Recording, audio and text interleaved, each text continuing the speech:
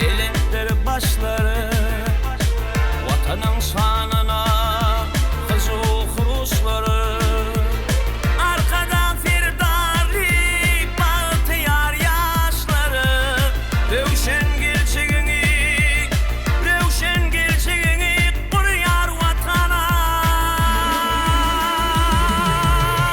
Gülüp gelin elvan yazlarım benim, şirin aydım şirvan fallarım benim, vatan perver oğul kıylarım bilen, yaşıl tuğum benim parlar vatana.